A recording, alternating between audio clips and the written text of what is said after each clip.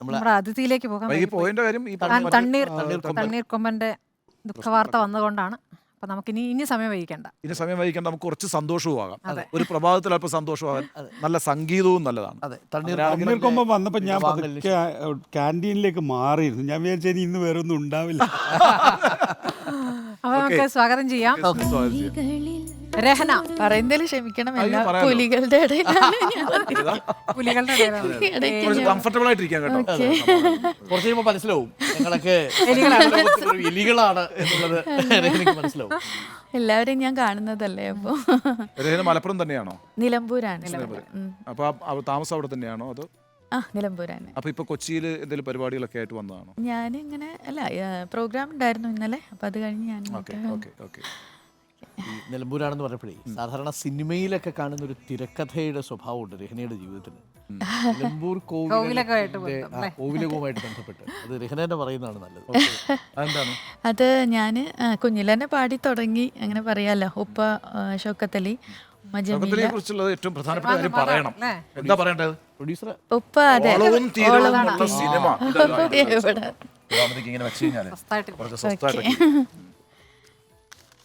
ഓളവും തീരവും എന്ന് പറയുന്ന മലയാളത്തിലെ ലാൻഡ്മാർക്ക് മൂവിയുടെ പ്രൊഡ്യൂസറാണ് രഹനയുടെ അച്ഛൻ. മാത്രമല്ല മറ്റാർക്കും കിട്ടാത്ത പ്രൊഡ്യൂസറിൽ ഒരാളായിരുന്നു. അതെ, പ്രൊഡ്യൂസറാണ്. അപ്പോ നിലമ്പൂർ കോവിലകത്തിന്റെ കഥ. കോവിലകത്ത് ഞാൻ കുഞ്ഞില് സംഗീതം.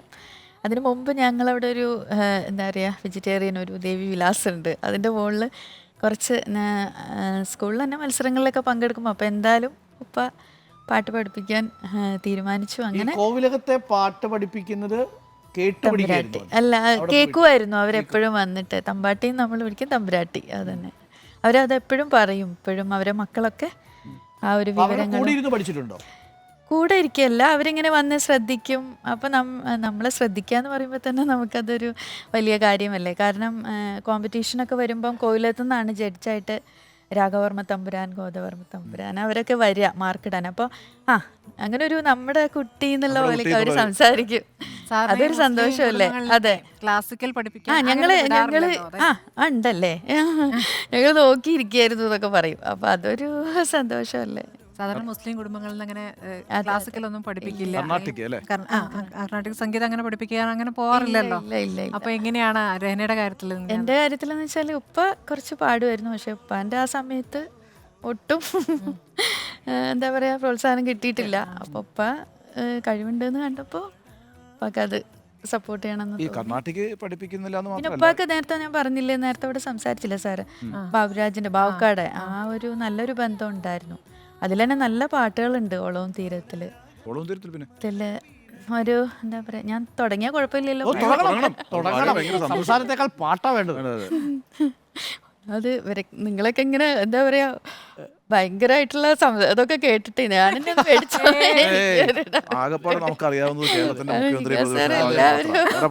നല്ല കംഫർട്ടബിൾ ആയിട്ട് ഇരിക്കും. നമ്മള് നേരത്തെ വന്ന അതിഥികളുടെ ഒന്നും കണ്ടില്ല. കണ്ടു കൂളായിട്ടല്ലേ. കാപ്പി വേണം? ഞാൻ ചായ വരും. അതില് ചായ വേണേ. ജാനകിയമ്മയുടെ പാട്ട്. അതെ.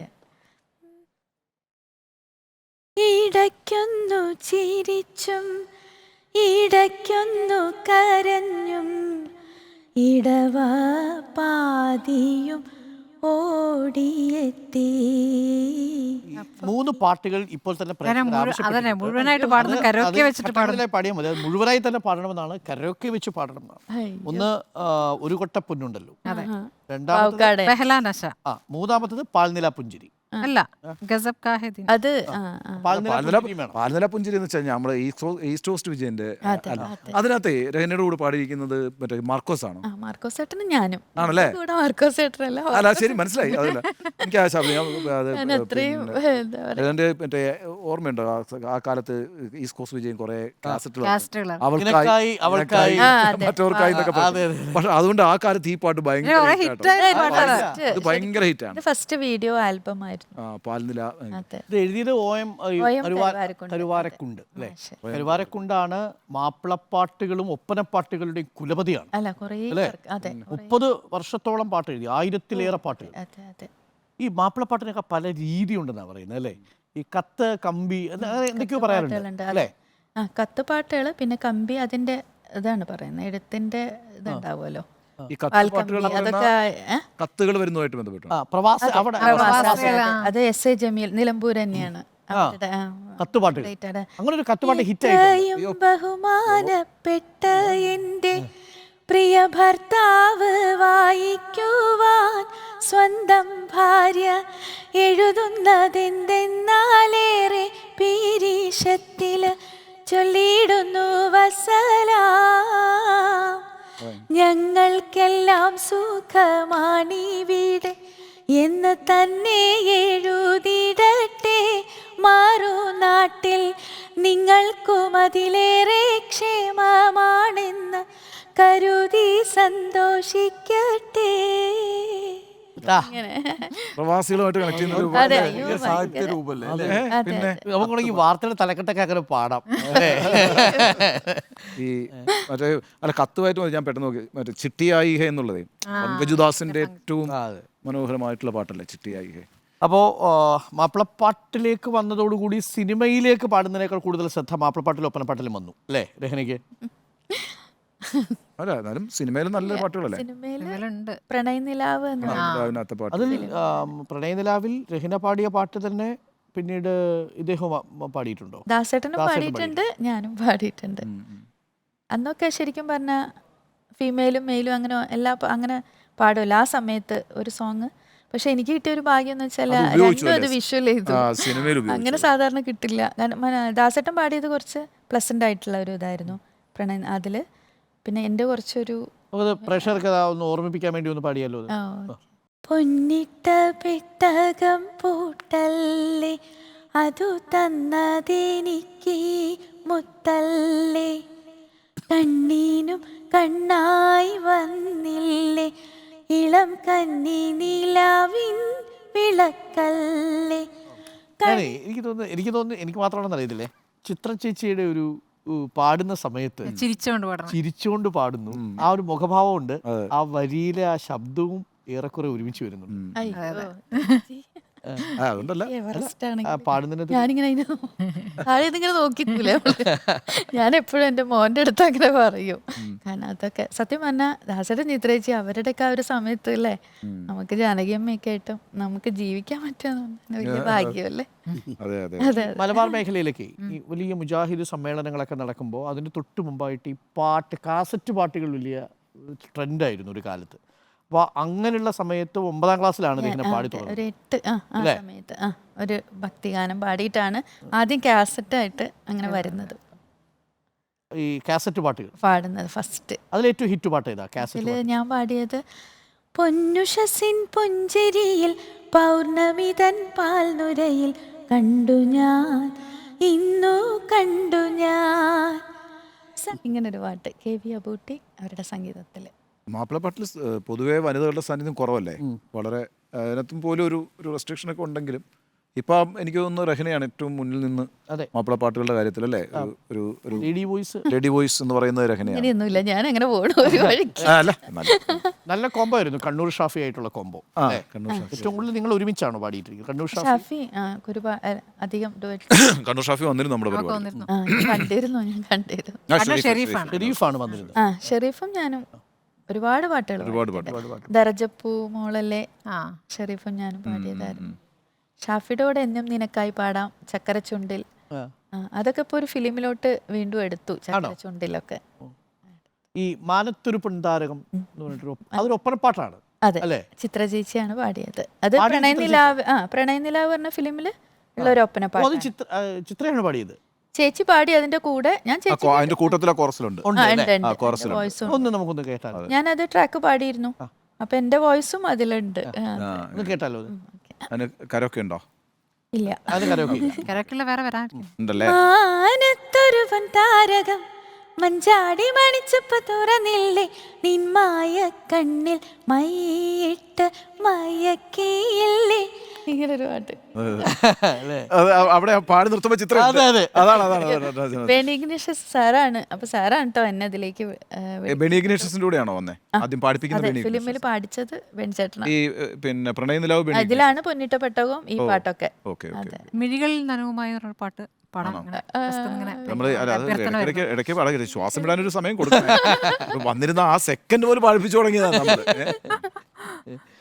കുടുംബമൊക്കെ എന്താ, മക്കളെന്താ ചെയ്യുന്നത് കുട്ടികള്? എനിക്കൊരു മോനാ ഉള്ളത്. മോനിപ്പോ MBA ചെയ്യുന്നു. എന്താ പേര് അദ്ദേഹത്തിന്റെ? സോനു. പാടുവോ സോനു? സോനു നിഗത്തെയൊക്കെ പോലെ? അല്ല സോനു നിഗത്തിന് ഇഷ്ടാണ്. ഒരു മോനേ ഉള്ളൂ? ഒരു മോനേ ഉള്ളൂ. ശരി, പാടും. കുറേശ്ശെ പാടും. Very good. ഞാൻ ഹിന്ദി പാട്ടുകൾ നന്നായി എനിക്കിഷ്ടാണ്. ലതാജിക്ക് ഞാൻ എല്ലാ വേദിയിലും ഇപ്പൊ ഒരു ട്രിബ്യൂട്ട് കൊടുക്കാൻ. അതേത് പാട്ടാ? ഞാന് हमको मिली है आज ये घड़ियां नसीब से. ഞാൻ ഈ ഒരു സമയത്ത് അതേമാതിരി ആപ്കെ അങ്ങനെയുള്ളതൊക്കെ പാടിയിട്ട് പിന്നെ ആളുകൾക്ക് ഇഷ്ടം എന്ന് പറഞ്ഞിട്ട് ഞാൻ ഷാറുഖ് ഖാന്റെ ഫിലിമിലെ തുझे देखा तो ये जाना सनम प्यार होता है दीवाना सनम अब यहाँ से कहाँ जाए हम. വാവ്. പല പാട്ടുകളാണ്. ഉണ്ണി ബാലകൃഷ്ണനും എം വി ദികേഷ് കുമാരും പഴയ രാജേഷ് ഖന്നയും ഡിംപിൾ കവാടിയായിട്ട് മാറി. അത്ര പഴയതല്ല, ഇതൊന്നും അത്ര പഴയതല്ല. ഞാൻ ആലോചിക്കുന്നത് ഇത്രയും ഇതൊക്കെ ഷാരൂഖ് ഖാന്റെ പടങ്ങളാ. അതെ അല്ലല്ല ഞാൻ പറഞ്ഞതാ. പിന്നെ ഋതിക് റോഷന്റെ ഉണ്ട്. ഋതിക് റോഷന്റെ ഒക്കെ ഞാൻ ആലോചിക്കായിരുന്നു ഈ രവീണ ടണ്ടൻ, ശില്പ ഷെട്ടി ഇങ്ങനെയൊക്കെയുള്ള ആക്ടേഴ്സിനൊക്കെ മുഴുവനും ഈ 70 വയസ്സിലെ വോയിസ് അല്ലേ അല്ലേ ലതാ മങ്കേഷ്കറിന്റെ. എത്ര വയസ്സിലെ പാടിയിരിക്കുന്ന ഈ പാട്ടൊക്കെ. അത് പാടുന്ന എനാക്ട് ചെയ്യുന്ന ആരാണ്? വിഷ്വലൈസ് ചെയ്യുന്നത് ഈ പറയുന്ന ന്യൂ ജനറേഷൻ ആയിട്ടുള്ള ആളുകളല്ലേ. അപ്പൊ അവരുമായിട്ട് കണക്ട് ചെയ്ത് അത് ഭയങ്കര നല്ല ശബ്ദം. അവസാന നിമിഷം കുറച്ചൊക്കെ ലാസ്റ്റൊക്കെയാണ് വയസ്സായ ഒരു ശബ്ദം പുറത്തേക്ക് വന്നു. അപ്പോഴും ഈ പറയുന്ന ദിൽസേല പാട്ടൊക്കെ ഇല്ലേ, ഇപ്പം ജിയ ജലയൊക്കെ അവർ പാടും. എന്തൊരു യൂത്ത്ഫുൾ അല്ലേ? ഹൈ പിച്ചിലും അവരേറ്റവും ഹൈ പിച്ചിൽ പോകാൻ പറ്റുന്ന. പഹ്ലാൻ നഷ ധാരാളം ഡിമാൻഡ് ഉണ്ട് അല്ലേ? അതെ, അത് കരോക്കെ വിത്ത് കരോക്കെ. കരോക്കെ. അപ്പൊ നമുക്കൊന്ന് കേൾക്കാം അല്ലേ? അത് എന്റെ ഹസ്ബൻഡിന്റെ ഫേവറേറ്റ് സോങ്. ആണോ? ഹസ്ബൻഡ് എന്താ ചെയ്യുന്നേ? ഹസ്ബൻഡ് ഇപ്പോ മരിച്ചിട്ട് 4 വർഷം. 4 വർഷമായി. Okay okay. पहला नशा पहला खुमार नया प्यार है नया इंतजार. ആദ്യമായി സ്ലോ മോഷനിൽ ചിത്രീകരിച്ച പാട്ടാണ്. ഐഷ ജുൽക്ക, ആമിർ ഖാൻ. അതൊക്കെ നമ്മുടെ സ്കൂൾ കാലത്തെ ആദ്യ പ്രണയത്തിന്റെ. പെഹ്ല സിനിമയുടെ പേരെന്തായിരുന്നു? ആമിർ ഖാനും ആയിഷ ജുൽക്കയാണ് സിനിമയുടെ പേര്. ഞാൻ മറന്നു. ആദ്യ പ്രണയം എന്ന് പറഞ്ഞു സ്മൃതി.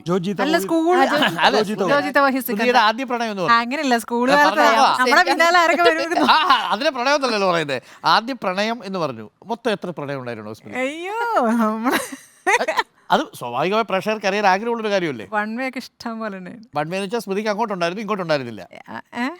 അങ്ങനെയുണ്ട്, തിരിച്ചുണ്ട്. എന്താ എനിക്ക് സോണു നിൽക്കുന്ന വെച്ചാൽ ഭയങ്കര പണമായിരുന്നു. ഓ ശരി, ആ ലെവലിലാണ്. നമ്മളൊക്കെ പഞ്ചായത്ത് പ്രസിഡന്റ്, ലോക്കൽ പ്രസിഡന്റ് അല്ല അല്ലേ നമുക്കൊക്കെ. അതല്ലേ സോണുഗം സരിഗമ ആ കാലത്ത്. അയ്യോ, സോണു നിഗം ഇപ്പം തകർത്തോണ്ട് മലബാർ മഹോത്സവത്തിൽ വന്നപ്പോ ഓടിപ്പോയി മുന്നിൽ പോയി ഒന്ന് കണ്ടു. ആണോ? കന്നഡയിൽ ഭയങ്കര ഭയങ്കര ഹിറ്റാണ് കന്നഡ. ഈ സോനു നിഗം ഇവിടെ വന്നിട്ട് മറ്റേ ഇത് പാടി യേശുദാസിന്റെ ഗംഭീരം. യേശുദാസ് അന്തം വിട്ട് നിൽക്കുന്നുണ്ട്. മറ്റേ സുറുമയാക്കിയോ ഗംഭീരമായിട്ട് പാടി. അത് ഇവരും പാടി, ശ്രേയാ ഘോഷാലും പാടി സുറുമയാക്കിയോ. ഈ രഹന മറ്റേ ഈ പാട്ടറിയാം, ഓത്തുപള്ളിയിലന്ന് നമ്മൾ പോയിരുന്ന കാലം അറിയാം, വീട്ടി മുരളി പാടിയത്. മുരേട്ടൻ പാടിയത് 2 ഉണ്ട്. ഓത്തുപള്ളിക്ക് ശരിക്ക് 2 സംഗീതം ചെയ്തിട്ടുണ്ട്. രാഘവമാഷ് ചെയ്ത പാട്ടാണ് ഞാൻ ഉദ്ദേശിച്ചത്. ഒന്ന് കൃഷ്ണദാസ് മാഷും ചെയ്ത ഒരു നമുക്ക് രാഘവമാഷ് ആയിക്കോട്ടെ, ബുദ്ധിമുട്ടില്ലല്ലോ. ഇല്ല, അയ്യോ അതല്ല, എനിക്ക് ഭയങ്കര ഇഷ്ടമുള്ളൊരു പാട്ടാണ്.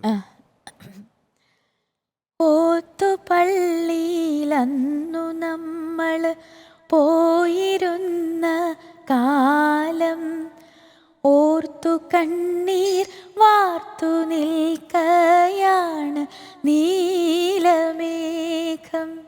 എന്ത് രസമാണെന്നറിയോ? ഒത്തുപള്ളിയിൽ അന്ന് നമ്മൾ പോയിരുന്ന കാലം, കോന്തലയ്ക്കൽ നീ എനിക്കായി കെട്ടിയ നെല്ലിക്ക കണ്ടു ചൂരൽ ചൂണ്ടിയിലെ നമ്മുടെ മൊല്ലാക്ക ചൂരൽ വീശിയില് വീശിയില്ലേ നമ്മുടെ മുല്ലാക്ക. മൊല്ലാക്ക. ഇത് ശരിക്കും മറ്റേ ട്യൂണും ഒരു ഗസൽ ഇതിലൊക്കെ പാടുന്നുണ്ട്. മുട്ട വെച്ച് അതായത് കൊടുത്തിട്ടാണല്ലോ പ്രേമം. പ്രേമം വരുന്നത് മണ്ണമുത്തപ്പ. അതെ അതെ അതേപോലെയാ അതെ അതെ അതെ. ഈ നെല്ലിക്കയാ അല്ലേ? നമുക്കൊരിക്കൽ പിന്നെ ഈ മുരളി മാഷിനെയും കൊണ്ടുവരണം. വീട്ടി മുരളി അയ്യോ, ഗംഭീരമായി പാടുന്ന ആളാ. ഇത് ഞാൻ മറ്റേ സംഗീതം എന്ന് പറഞ്ഞതും അതെങ്ങനെയാ അതിന്റെ അതെ, വ്യത്യാസം എന്താ? വ്യത്യാസം എങ്ങനെ അത് പ്രേക്ഷകർക്ക് വ്യക്താക്കാം. കോന്തലയ്ക്കൽ നീ എനിക്കായി കെട്ടിയ നെല്ലിക്ക, ഇങ്ങനെ ഒരു ഇലവേഖമാണ് കാത്തു നിൽക്കുന്നത്. പക്ഷെ രാഘവമാഷിന്റെ ഒരു ഗുണം വെച്ചാൽ അത് ആ ഫോക്ക് ടച്ചിൽ തന്നെ ചെയ്തിട്ടുള്ളതാണ് അല്ലേ? എനിക്ക് എന്താ പറയാ, എൻ്റെ ജീവിതത്തിൽ എനിക്ക് വലിയൊരു ഭാഗ്യം കിട്ടിയതാണ് രാഘവമാഷ പരിചയപ്പെടാനും പാട്ട് പാടാനും. ഞാൻ ഫസ്റ്റ് ഒരു മുത്തപ്പന്റെ ഡിവോഷണലാണ് ഓ പാടിയിട്ടുണ്ടോ? മൂപ്പര് പാടിപ്പിച്ചത് ആദ്യം. അത് ആ മുത്തപ്പൻ എറണാകുളത്ത് വെച്ചിട്ട് ഡിവോഷണൽ വേണ്ടോ? എനിക്ക് പാട്ട് കൊടുത്തില്ല. വരി. അതില്ല, അത് അതിനുശേഷം ഓൾ ഇന്ത്യ റേഡിയോയില് ഉം.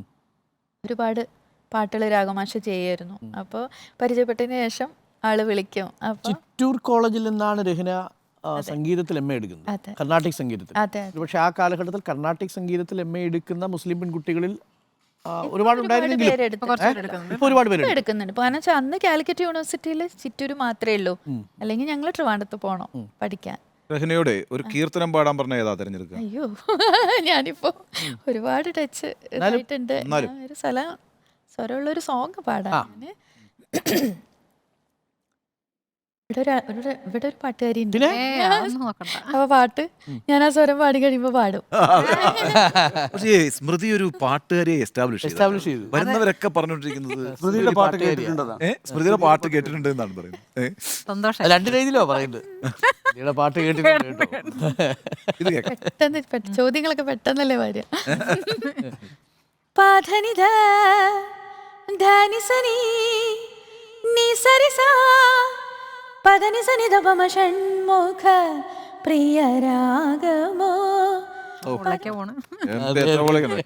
വീണ്ടും കേസ് ചിത്ര. അതെ, ഇത് കേസ് ചിത്ര അല്ലേ? അയ്യോ, ഒരു കൊട്ട പൊന്നുണ്ടല്ലോ പാടിക്കാതെ വിടരുതെന്ന് പറഞ്ഞിട്ടുണ്ട്. ബോറൊന്നായിട്ടില്ലല്ലോ.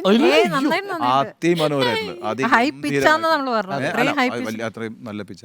ഇപ്പൊ ഒരു എത്ര പാട്ടുകൾ പാടിയിട്ടുണ്ടാവും രഹ്ന? ഇപ്പം ഒരു 10-25 വർഷത്തിന് മേളിലായില്ല അല്ലേ? 30 വർഷമായി ഇന്നലെ. ഒരു വർഷം ഒരു 1000 പാട്ടൊക്കെ പാടുവോ? അന്ന് എന്താ വെച്ചാല് ഒരു 5000 എന്തായാലും പാടിയിട്ടുണ്ടാവും. കാരണം എന്താ വെച്ചാല് ഞാനിപ്പോ ഈ ചെറിയ ക്ലാസ്സിൽ പറഞ്ഞല്ലോ, അതിനുശേഷം ഒരു 91 ആണ് കളിത്തോഴെന്ന് പറഞ്ഞിട്ട് ഉണ്ണിമേനോൻ ഉണ്ണിച്ചേട്ടന്റെ കൂടെ ഒരു മാപ്പിളപ്പാട്ട്. വേണികൃഷ്ണൻ ആയിരുന്നു സംഗീതം. അത് പുലിക്കോട്ടിൽ ഹൈദരലി അവരും പണ്ട് മോയിൻകുട്ടി വൈദ്യർ ആ ഒരു ഇതിലുള്ള ഒരുപാട് പാട്ടുകൾ മാപ്പിളപ്പാട്ട് ഡുവറ്റ് ആ കാസറ്റിൽ ഉണ്ണിച്ചേട്ടനായിരുന്നു ഫുൾ. അപ്പൊ ആ സമയത്ത് ശരിക്കും പറഞ്ഞാൽ പഠിക്കുന്ന സമയത്ത് എനിക്ക് ഉണ്ണിച്ചേട്ടനായാലും വേണുചേട്ടൻ അവരൊക്കെ കൂടെ ഞാൻ പാടിയിട്ടുണ്ട്. പിന്നെ പ്രോഗ്രാം ചെയ്യുമായിരുന്നു. പിന്നെ ഞങ്ങളുടെ നിലമ്പൂരാണല്ലോ കൃഷ്ണേന്ദ്രൻ സാറിന്റെ കൂടെ. അങ്ങനെയൊക്കെ ആയിരുന്നു ആ പഠിക്കുന്ന സമയത്ത്. ദൂരദർശനിൽ പാടുമായിരുന്നു. പിന്നെ ഓൾ ഇന്ത്യ റേഡിയോയിൽ ബിഹൈ ആർട്ടിസ്റ്റ് ആയിരുന്നു. അങ്ങനെ അതെ. ശരിക്ക് മലപ്പുറം ജില്ലയുടെ 8, 9, 10 ലളിതാനത്തിനായിരുന്നു എനിക്ക് ഫസ്റ്റ്. ആ ഒരു മാപ്പിളപ്പാട്ടിന് എനിക്ക് ആ സമയത്തൊന്നും സമ്മാനം കിട്ടിയിട്ടുണ്ടായിരുന്നില്ല. പിന്നെ ഒരു 91 ശേഷം അങ്ങനെ ഒരു കൊട്ടപ്പൊന്നും അല്ലേ? മോനുണ്ടോ ഇവിടെ കൂടെ? ഉണ്ടോ? മോനുണ്ട്. മോനെ വിളിക്കണം കേട്ടോ, നമുക്ക് മോനെ കൊണ്ടൊരു പാട്ടും പഠിക്കാം. അയ്യോ, ഓക്കെ. രഹ്ന പ്രഭാതം സുന്ദരമായിരുന്നു. It's a Saturday morning. അത് നല്ല മനോഹരമായിരുന്നു, നല്ല സമ്പന്നമായിരുന്നു. വിഷമത്തിലിരിക്കുകയായിരുന്നു. തണ്ണീർക്കൊമ്പന്റെ മരണമൊക്കെ ആയിട്ട്. അത് ആളുകളും ആളുകളും അത് കണ്ടുപിടിക്കുമ്പോഴേ അതെ, മിഴികളിൽ ചുടും നനവുമായി എന്നുള്ള പാട്ട് പാടിയിട്ടേ പോകാൻ പാടുള്ളൂ നടന്ന്. ആര് PC അറിയുന്നോ? അൻസുവിന്റെ ജനറേഷനിലെ പാട്ടാണത്ര. സ്കൂളിൽ നിന്ന് ഓടി വരുമ്പോ കേൾക്കണ പാട്ടാണത്ര. അൻസു പറഞ്ഞ കേട്ടല്ലോ അല്ലേ? ജനറേഷൻ ആകുമ്പോ ഒരു 30 വർഷമൊക്കെ മുമ്പ് അല്ലേ? 30 years back. അൻസു ഒരു 4 വരി.